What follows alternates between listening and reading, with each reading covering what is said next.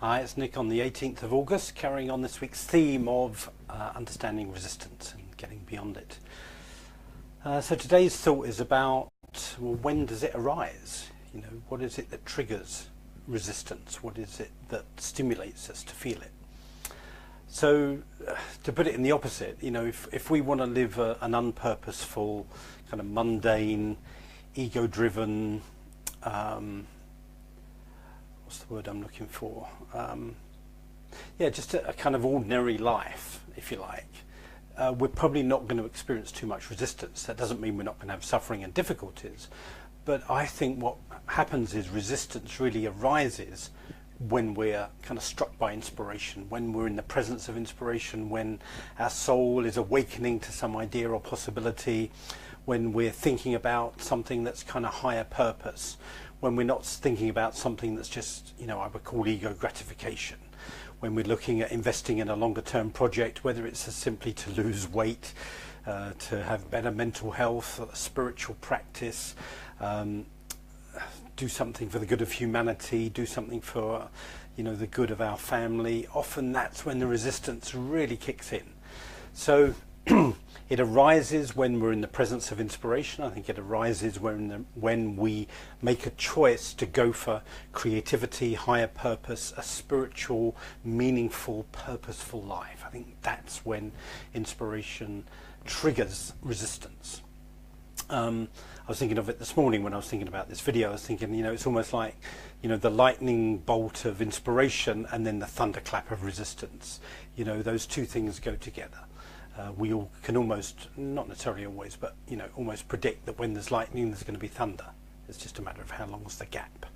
And I find it the same way. Like when I'm truly inspired, it's like, okay, when's the resistance going to kick in? Is it going to be in a few seconds' time? Is it going to be in a few minutes' time? Is it going to be a few days? I know it's going to kick in. It's almost like it's predictable. It's almost predictable that resistance is going to arise when we have a higher purpose, inspired, expansive thought. So how can we use that? Well, I suppose, you know, the kind of perspective I now have is like, okay, I expect it to happen. Not like I think it should happen, but I know that when I'm, you know, looking at a new chapter or an evolution or a new project or a new thought, it's like, yep, that I know it. That's what I want to do. That's who I want to be. That's how I want to show up. Okay, and what's the next issue I'm going to have to deal with in order to do that? And sometimes it's, you know, relatively easy, and sometimes I do get a fairly free pass. But other times it's like, okay, here's a new bit of resistance. Here it comes. Here's that thunderbolt.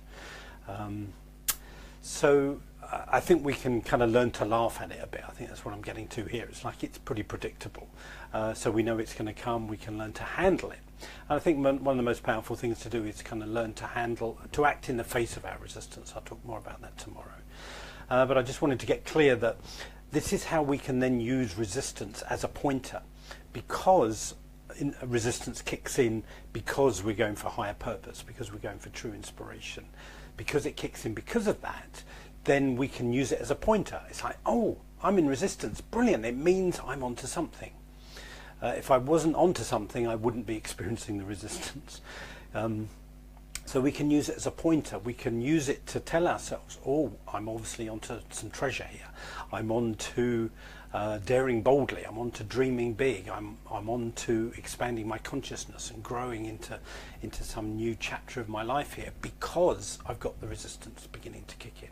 So I see it as a navigational tool in that respect. You know, it's inevitable, it's going to happen, so we might as well learn to deal with it and see it as a sign that we're right on track. You know, we're having resistance.